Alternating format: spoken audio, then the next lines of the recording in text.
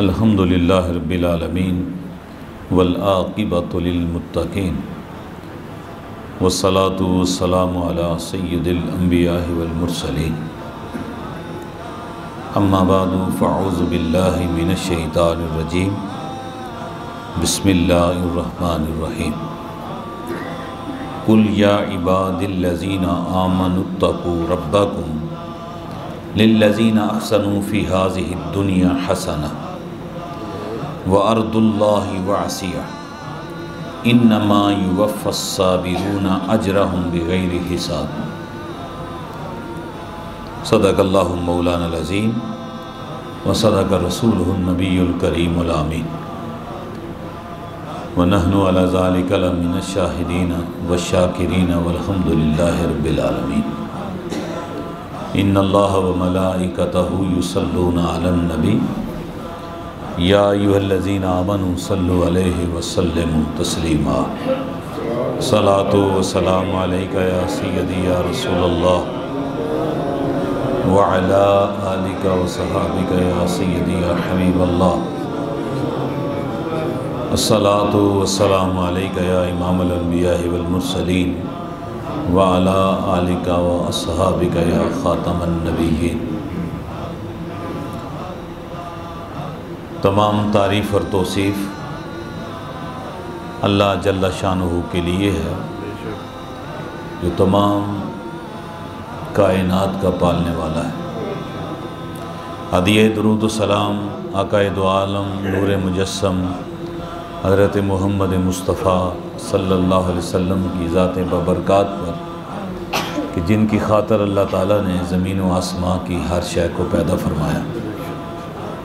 واجب الاحترام بزرگوں، دوستوں، بھائیوں، عزیز ساتھیوں، آج جمعۃ المبارک ہے اور یہ شعبان المعظم کا آخری جمعہ ہے۔ اس کے بعد آنے والا ماہ مقدس انتہائی برکتوں اور عظمتوں کے ساتھ رمضان المبارک کی آمد ہے۔ اللہ تعالی ہم سب کو رمضان المبارک کے فیوزوں کو برکات سمیٹنے کی توفیق عطا فرمائے۔ ہماری گفتگو گزشتہ جمعے میں نے عرض کیا تھا کہ رمضان المبارک کے آنے کا جو عمومی طور پر تصور ہمارے ہاں ہوتا ہے وہ بڑا غلط قسم کا تصور ہوتا ہے۔ تاجر حضرات اور لین دین کرنے والے جو لوگ ہیں وہ اس کو ہر چیز کو مہنگے داموں فروخت کر کے پورے سال کی کمائی اس ماہ مقدس میں کرنے کی کوشش کرتے ہیں، اور غریب آدمی جو ہے وہ ظلم اور مہنگائی کی چکی کے اندر پستا چلا جاتا ہے۔ آج انہی باتوں کو آگے بڑھائیں گے اور اس میں مزید اور باتیں ایڈ کر کے اس بات پر روشنی ڈالنے کی کوشش کریں گے کہ رمضان ہمارے لیے رحمتیں اور برکتیں لے کر آتا ہے، تو ہم سب کو بھی رحمتیں اور برکتیں سمیٹنے کی کوشش کرنی چاہیے۔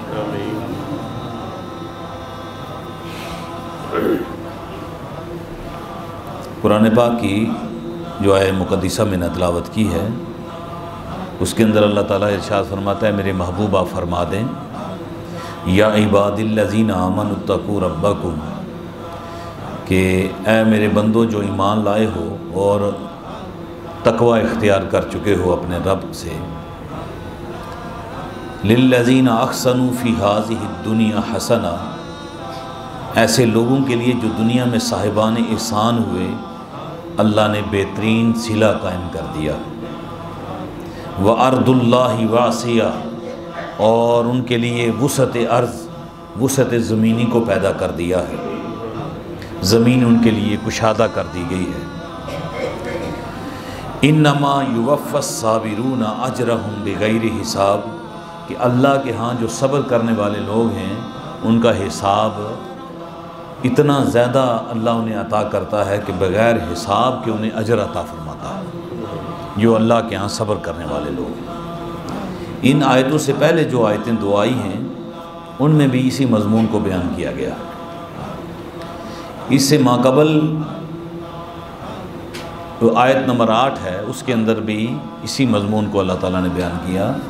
فرمایا وَإِذَا مَسَّ الْإِنسَانُ الضُّرُّ دَعَا رَبَّهُ مُنِيبًا إِلَيْهِ ثُمَّ إِذَا حَوَّلَهُ نِعْمَةً مِّنْهُ نَسِيَ مَا كَانَ يَدْعُو إِلَيْهِ مِن قَبْلُ۔ اسی مضمون کو بیان کیا گیا کہ جب انسان کو کوئی نعمت ملتی ہے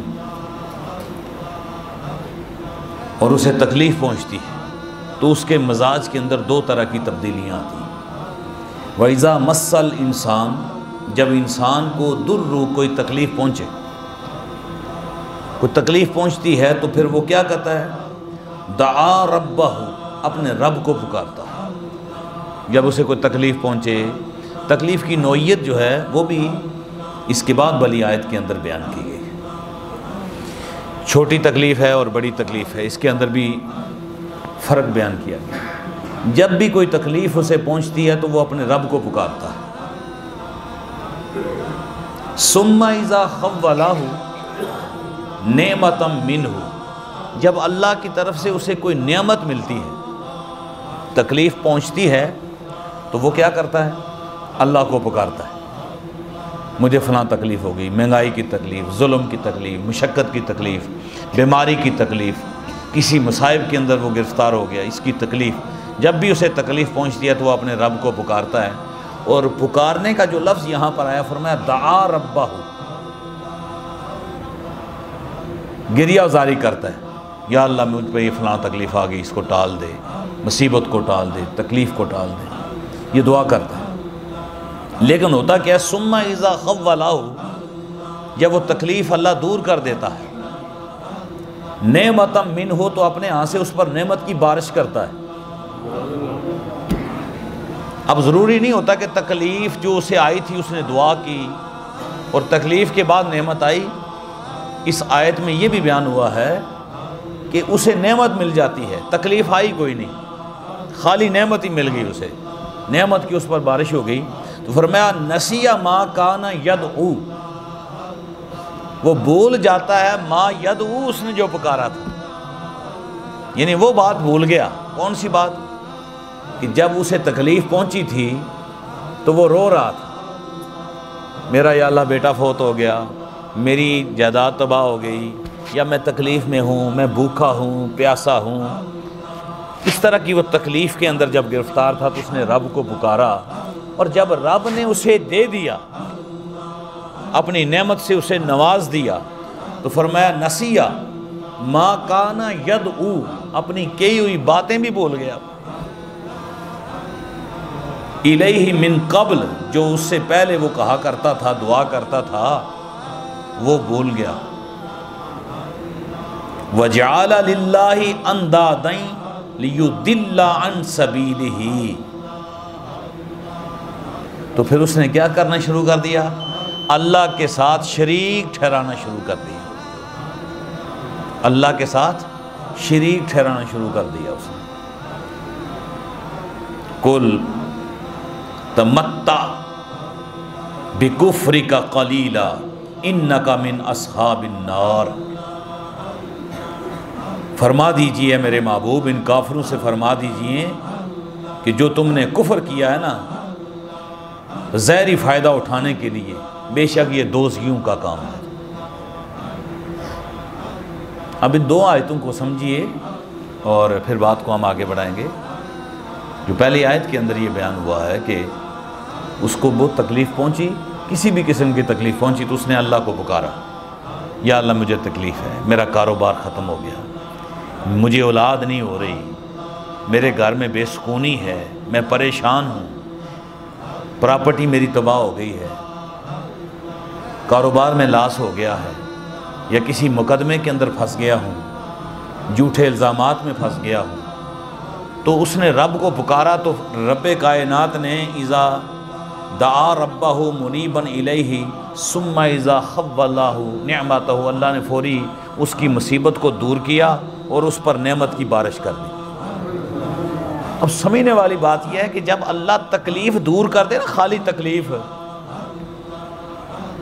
آگے نعمت نہ دے تب بھی بڑا شکر ہے۔ مثال کے طور پر جو تکلیف آپ میں تھی اللہ نے وہ تکلیف دور کر دی، لیکن اللہ نے یہ ارشاد فرمایا کہ میں نے صرف تکلیف کو دور نہیں کیا، بلکہ تکلیف دور کرنے کے ساتھ ساتھ پھر نعمتوں کی بھی بارش کر دی۔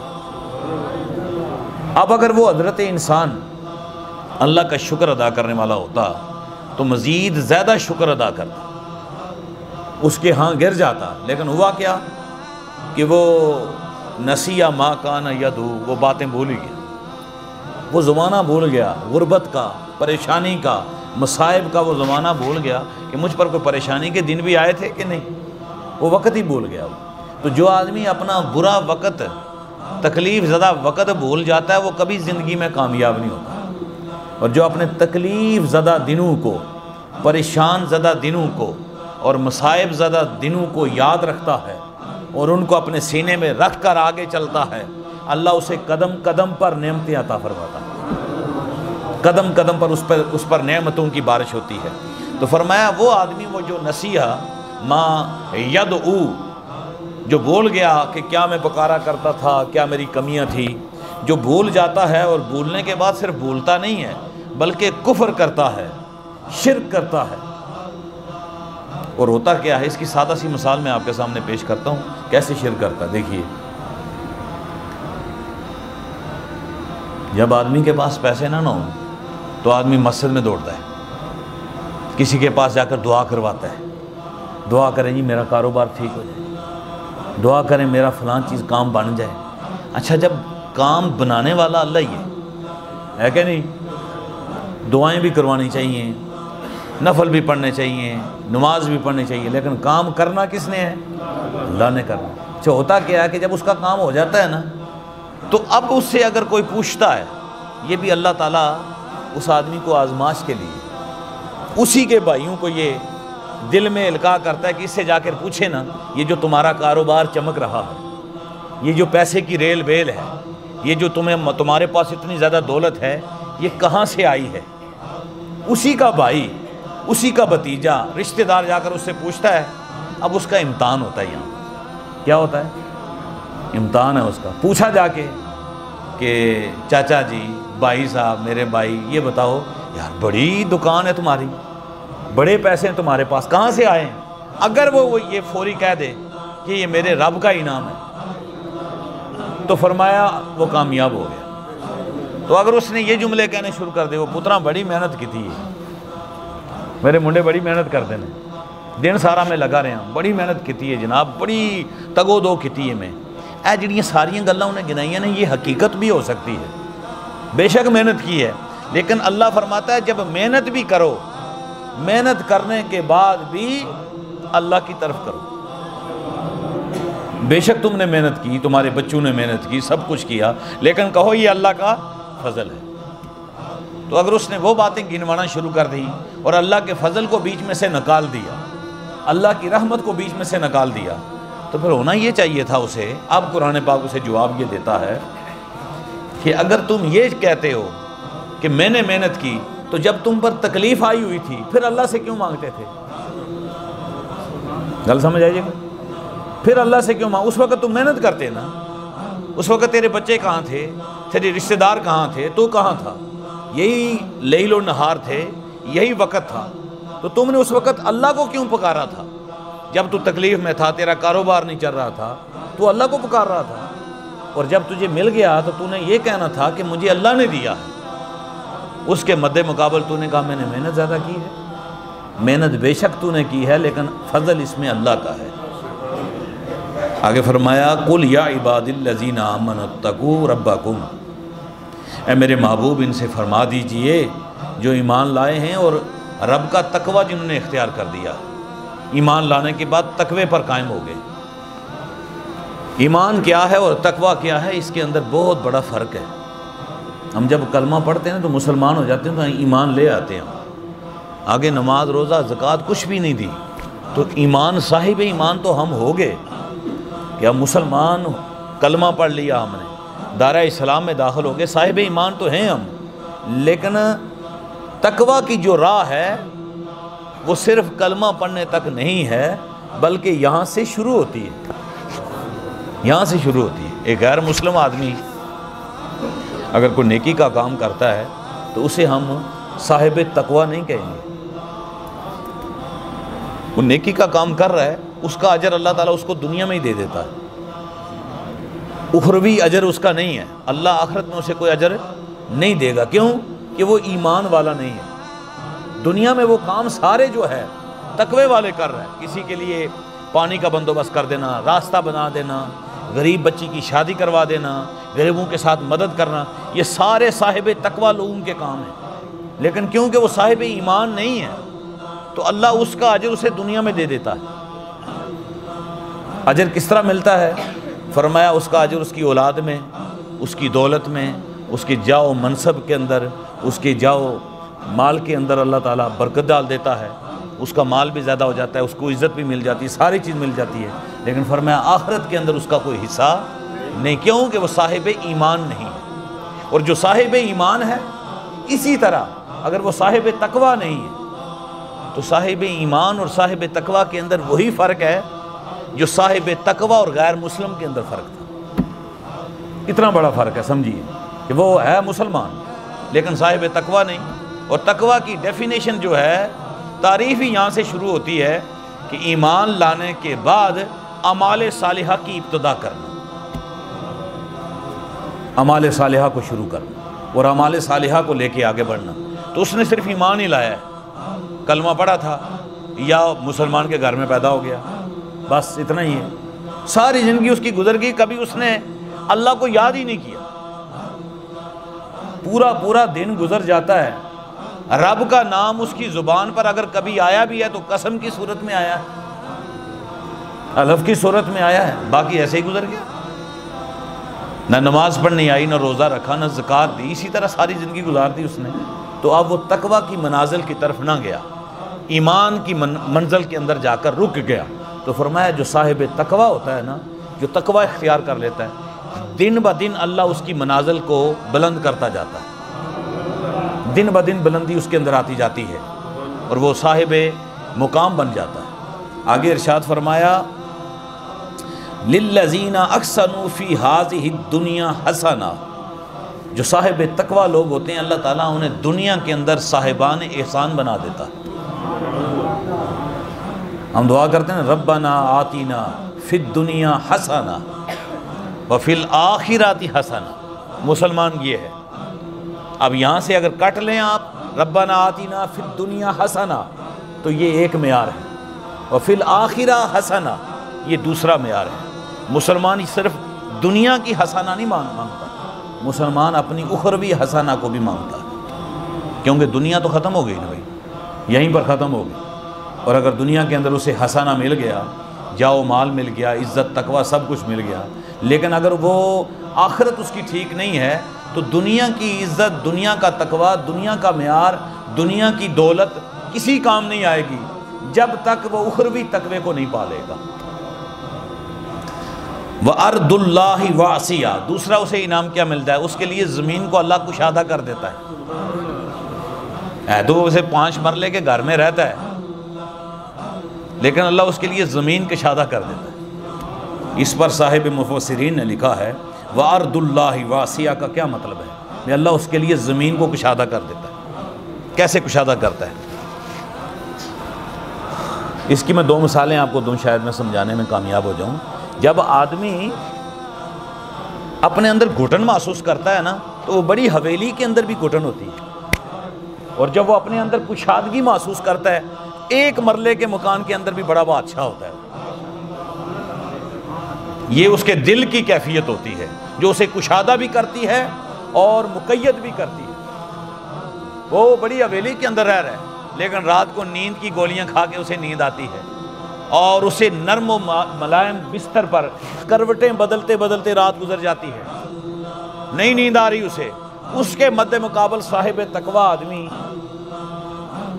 گرمیوں میں پنکھا بھی نہیں ہے لیکن انی کوئی گہری نیند ستا ہے کہ جنہ مرضی شور ہوئے انہوں آنکھ نہیں کھل دی، اور اے سی کے کمرے میں ریشم کے بسترے پر کروٹیں بدل بدل کر رات کو اٹھ اٹھ کے نیند کی گولیاں کھا رہا ہے، نیند نہیں آ رہی۔ یہ ہے وَأَرْضُ اللَّهِ وَاسِعَةٌ، اللہ چاہے تو 2 انچ کی کلی کو مربوں کے اندر کشادہ کر دے، اور نہ چاہے تو بڑے محل کے اندر بھی کشادگی کو اللہ مقید کر دے اور انسان کے اندر گھٹن پیدا ہونا شروع ہو جائے۔ دوسری مثال اس کی یہ ہے، جب آدمی آپ دفنا کے آتے ہیں نا کسی کو قبر میں، اور قبر کتنی بڑی ہوتی ہے، کتنی لمبی چوڑی ہوتی ہے، یہ تو آپ کو پتہ ہے، انسان کے قد جتنی لمبی ہے، جتنا آدمی بیٹھ جائے اتنی گہری ہے، بس یہ تو قبر کی حدود یہی ہے۔ لیکن اللہ نے فرمایا جو مومن ہوتا ہے نا، اس کی قبر کو اللہ تا حد نگاہ کشادہ کر دیتا ہے۔ یہ کشادگی وہاں پر بیان ہے، وارد اللہ واسعہ، اللہ زمین کو کشادہ کر دیتا ہے، تا حد نگاہ اس کی قبر کو اللہ کشادہ کر دیتا ہے۔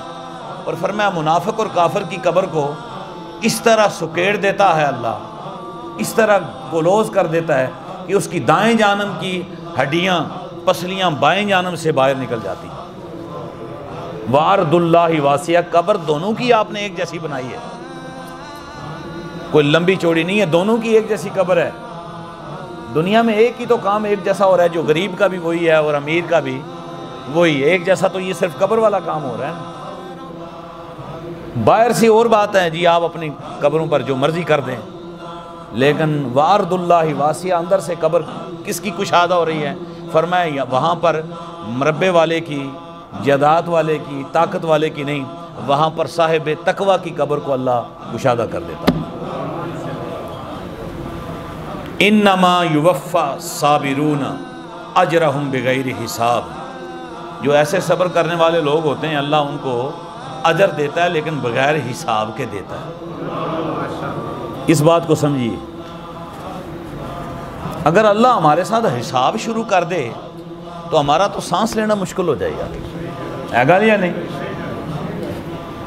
بڑا مشکل ہے یار، بھئی اللہ حساب کرے صبح سے شام تک، بھئی رات کو کھانا اسے ملے گا جس نے 5 نمازیں پڑھی، کسی کو تنگ نہیں کیا، گالی گلوچ نہیں کی، ماں باپ کو تنگ نہیں کیا، آج رات کا کھانا اسے ملے گا، تو بتائیں کتنے لوگوں کو ملے گا؟ پھر چھوٹا سا حساب ہی کر دے تو ویسے تو کہ وَمَن يَعْمَلْ مِثْقَالَ ذَرَّةٍ خَيْرًا يَرَهُ، وہ تو ایک ذرے کا حساب بھی کر سکتا ہے، تو اگر وہ حساب پہ آ جائے تو پھر کیا ہوگا؟ پھر تو کسی کو رات کو کھانا نہ ملا، دوپہر کا نہ ملا، ناشتہ کسی نہ ملا، اللہ حساب نہیں کرتا، وہ بغیر حساب کرتا ہے، اور وہ یہ اعلان کرتا ہے کہ جو میرے ساتھ حساب نہیں نہ کرتا میں اس کے ساتھ حساب نہیں کرتا۔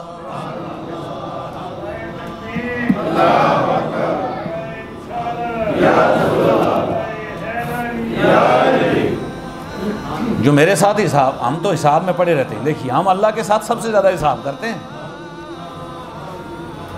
بہت حساب و کتاب کرتے ہیں، ہم ایک ایک روپیہ ناپتے ہیں، تولتے ہیں، اس کو ماپ تول کے پیش کرتے ہیں، لیکن نہیں، اللہ فرماتا ہے میں تو بغیر حساب کے تمہارا اجر دیتا ہوں، جب میں اجر دیتا ہوں تو وہ بغیر حساب کے دیتا ہوں، حساب نہیں کرتا۔ ہم پوری نمازیں پڑھیں، پورے روزے رکھیں، پوری زکوٰۃ نکالنے کے بعد بھی اگر اللہ حساب کرنے پہ آ جائے تو ساری چیز رد ہو جائے گی، اس کا حساب بڑا ڈڈ ہے۔ لیکن اللہ تعالیٰ حساب نہیں کرتا، اللہ تعالیٰ فضل کرتا ہے، وہ فضل کرتا ہے۔ اور اللہ فرماتا ہے، یہاں پر رکیے، یہ بات سمجھیے، اللہ فرماتا ہے کہ میں حساب نہیں کرتا، اور اس آدمی کو میں بڑا ہی پسند کرتا ہوں جو میرے بندوں کے ساتھ حساب نہیں کرتا۔ اس سے یہ مراد نہیں ہے کہ تسی نہ دکان پہ بیٹھے ہوئے حساب کوئی نہ کرے جائے، ہر شاید تسی فری دے، نہیں، ایسا نہیں ہے۔ فرمایا جو غریب لوگوں کے ساتھ بغیر حساب کے انہیں دے دیتا ہے، غریب کی مدد کرتا ہے تو سوچتا نہیں ہے کہ میرے پاس کتنے ہیں یا کیا ہیں، کتنے دینے، بغیر حساب کے دے دیتا ہے، انہیں دل کھول کر دیتا ہے۔ فرمایا میں اس کے اجر بھی حساب کر کے نہیں دیتا، میں بغیر حساب کے اجر دے دیتا ہوں۔ اچھا بندہ اگر بغیر حساب کے غریب کے ساتھ مدد کرے گا، کتنی کرے گا؟ بہت زیادہ چھال، بڑی چھال مارے، کنہ کو کر لینا، ہزاراں ہی کرے گا، لکھاں ہی کرے گا، کہ اللہ بغیر حساب تو کرے تو لکھاں کروڑاں پیچھا رہ جانے ہیں سارے، وہ آگے کی منزل طے ہو جاتی ہے انسان کی۔ انما یوفی الصابرون اجرہم بغیر حساب، یہاں پر جو صبر کرنے والے ہیں ان کا حساب، ان کا اجر اللہ نے بغیر حساب و کتاب کے رکھ دیا ہے۔ آپ رک کر میری بات کو سمجھیے، جو رمضان آ رہا ہے نا، یہ جو مہینہ آ رہا ہے، اس کی عظمتوں کے متعلق حضور نے فرمایا اگر تمہیں پتہ لگ جائے نا تو پورا سال تمہیں نیند نہ آئے۔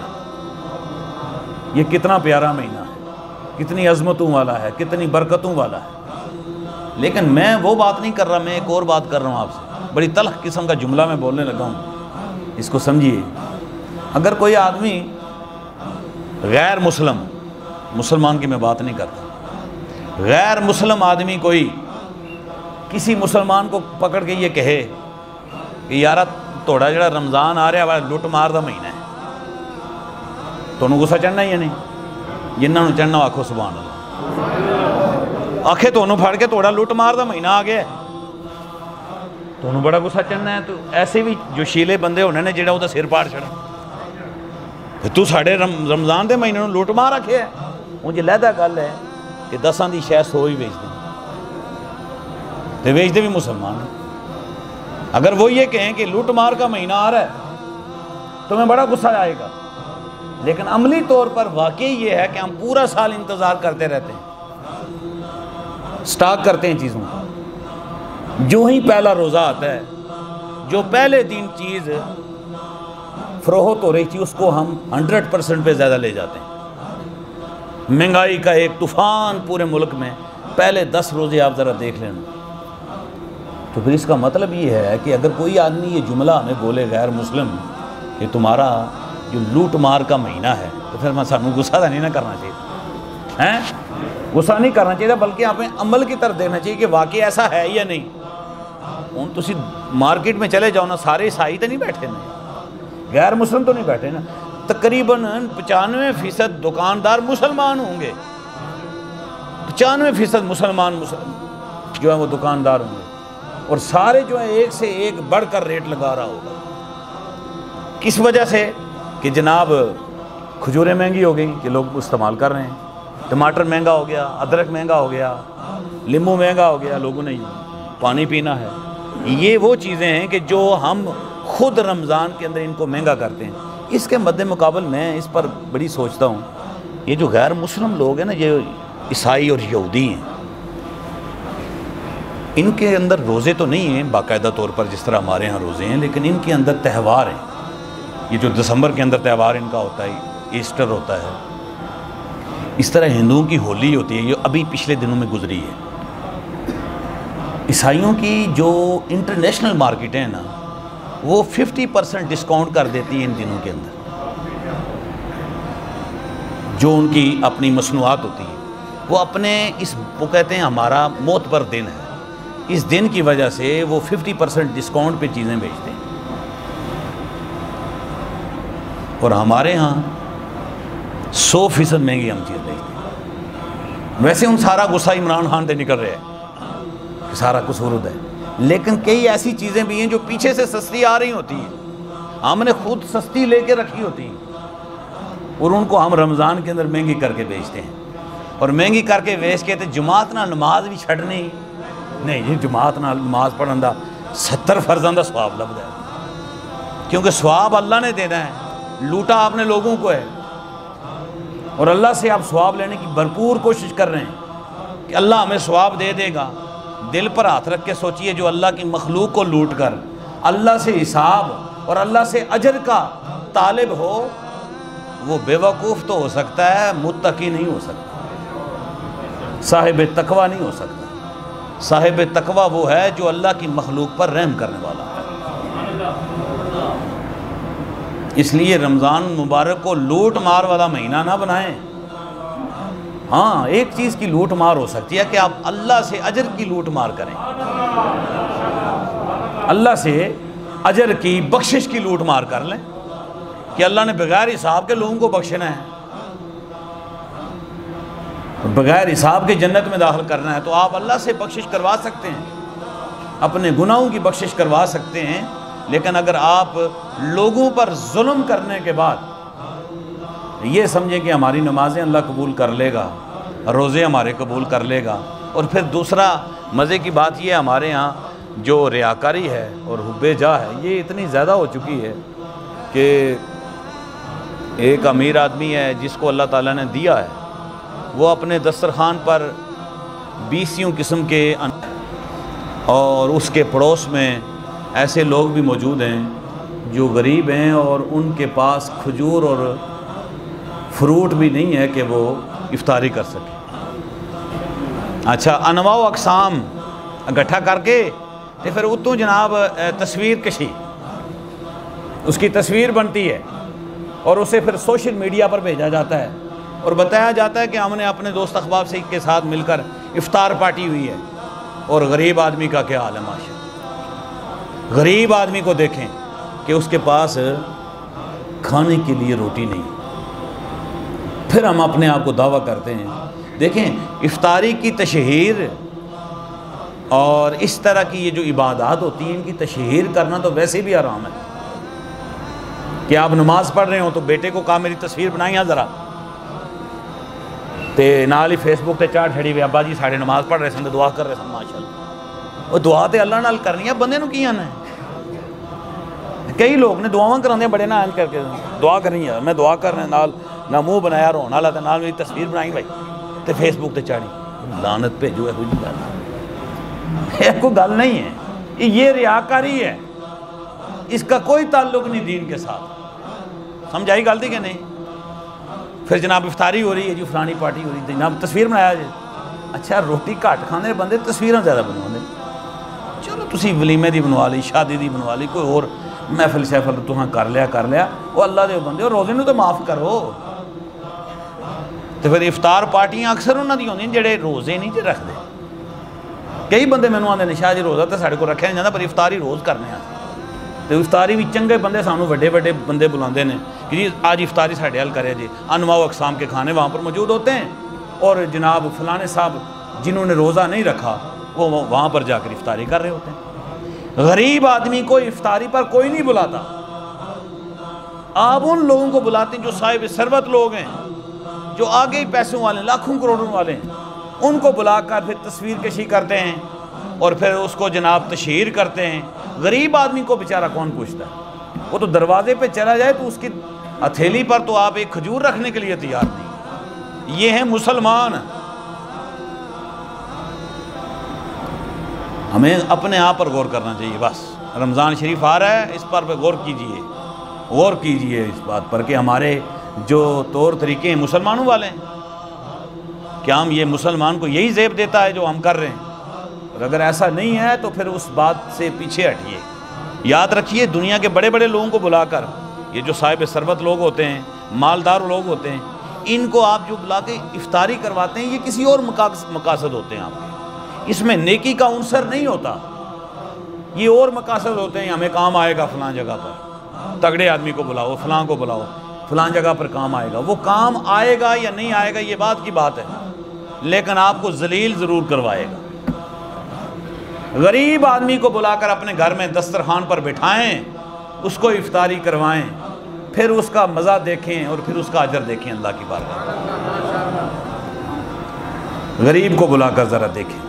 اور اگر آپ امیر کو بلائیں گے صرف اس وجہ سے کہ دنیا میں کہیں کام آ رہا ہے تو دنیا میں شاید تمہیں کام آ جائے لیکن آخرت میں کوئی حصہ نہیں ہوگا. کوئی حصہ نہیں ہوگا اس کا. نبی پاک علیہ السلام نے فرمایا جو کسی کو افطاری کرواتا ہے نا اللہ کے لیے کرواتا ہے تو جتنا روزہ رکھنے والے کو ثواب ملتا ہے اتنا افطاری کروانے والے کو بھی ثواب ملتا ہے. بڑے ثواب کا کام ہے. لیکن دیکھنا یہ ہے کہ جو آپ نے افطاری کروائی ہے وہ کس کو کروائی ہے، آنے والے کون تھے، بلانے والے کیسے تھے، ان کی نیت کیا تھی. اب رمضان شروع ہو رہا ہے، میرا پیغام ہے ایک، اس کو اپنے آپ پاس محفوظ رکھیے. پیغام میرا یہ ہے کہ رمضان سے پہلے ہی آپ اپنے محلے کے اندر نظر دوڑا لیں. کاروبار لوگوں کے بڑے جو ہیں وہ کمزور ہو چکے ہیں، خاص طور پر جو تیڑی دار طبقہ ہے نا، مزدوری کرنے والا آدمی 700-800 روپے جو دن کا لیتا ہے، یہ آدمی بہت مجبور ہو چکا ہے. پیشہ ور مانگنے والے جو ہیں نا وہ جو 24 گھنٹے مانگتے ہیں وہ اور ہیں، لیکن بیچارہ جو مزدوری کرتا ہے نا، دن سارا مزدوری کرتا ہے، یہ اور آدمی ہے. یہ حقیقی آپ کے پیسے کا مستحق ہے. اب رمضان شریف آ رہا ہے، جتنے بھی صاحب ثروت لوگ ہیں جن کو اللہ تعالیٰ نے دیا ہے وہ سارے اپنے محلے کے اندر، گلی محلے کے اندر دیکھ لیں، رشتہ داروں میں دیکھ لیں، اگر کوئی غریب ہے تو 1 مہینے کا راشن ڈال کے دیں. ایتھے تو سبحان اللہ آکھنی نہیں، میں ہونی تو نہیں نا کھون لگا کہ کڈو بھائی، تے نہ میں کدی یہ کام کیتا ہے تے نہ تساں ہی ماشاءاللہ کدی یہ کام کیتا ہے، لیکن میں ہن گل کہنی ہے تو تساں نہیں مننی تو اپنی گل نہ منو، موجہ مارو، لیکن جنہاں نو اللہ دیتا ہے وہ 1 مہینے دا اگر کوئی کر سکتا نہیں تے 15 دن وہ غریب آدمی دے گھر ہی راشن بغیر تصویر کشی تو اچھی آنکھو سبحان اللہ۔ اب پتہ ہے ویکھے جے اگلے دن میں ایک بڑا بندہ ویکھے تو تروڑا پہ مائی نو دین تے 10 کو بندے نے اتنے ہاتھ رکھے ہیں گھر تے وہ بیچاری نے نقاب کیتا ہے۔ سوچو یار ساڑی ماں ہوئے بہن ہوئے تے اگر غربت دے ڈینڈوں دے آ جان تے دین والا بندہ انہوں 1 کروڑا دے تے نال تساں بندیاں نے وڈیاں وڈیاں مچھاں لے ہاتھ رکھے ہے نال تے تصویر پہ بنوانے نے ویسے انہوں تروڑا دین لگے تے تروڑے میکسیمم سامان 2-3 ہزار روپے دا ہوئے گا تے وہ دی عزت جڑی کروڑاں ارباں روپے دی عزت کہ غریب دی عزت کوئی نہیں، عزت ہے نا، ماں کسے دی ہے غریب ہے تو نہ ہی ماں ہے، بیٹی کسے دی ہے کوئی یہ تو نہیں کہ چودھری دی بیٹی دی وہ دی عزت ہے، مالدار دی عزت ہے، نہیں غریب دی بھی عزت ہے، انہی عزت ہے جنہی امیر دی عزت ہے، سارے دی عزت برابر بلکہ غیر مسلمہ دی بھی انہی عزت ہے۔ اے نہ کریا کرو کہ جناب فلانے صاحب تروڑے تقسیم کیتے نے جناب تصویریں بنیاں دوجے دن اللہ دی قسم انہاں دا جڑا لقمہ اتار دے نے وہ گلے چ وہ انہاں سے زہر بن جاندہ ہے، اور دوسرے دن جدوں اپنی اخبارات تے ٹی وی چینل تے تصویراں ویندے نے انہاں نوں تو روٹی ہضم ہی نہیں ہوندی، عذاب بن جاندہ انہاں سے۔ کسی نے کوئی شاید دینی ہوئے چپکے نالوں دے گھر جا کے 1 مہینے دا راشن پا دیو 15 دنوں دا پا دیو اللہ بڑا اجر دے گا تمہیں۔ یہ گل اپنے کول رکھو، اپنے دوست احباب نوں یاد دیا نہیں کراؤ کہ روزے آ رہے ہیں اور رمضان ہی بڑا مشکل ہوتا ہے، غریب آدمی جڑا روزہ رکھتا ہے روزہ رکھ کے تیاری کرتا ہے مزدوری کرتا ہے بہت مشکل حالات ہوندے نے، لہٰذا یہ مشکل حالات ہی تسی تعاون کرو گے اللہ تمہیں اجر عظیم عطا فرمائے گا۔ وما علینا الا البلاغ۔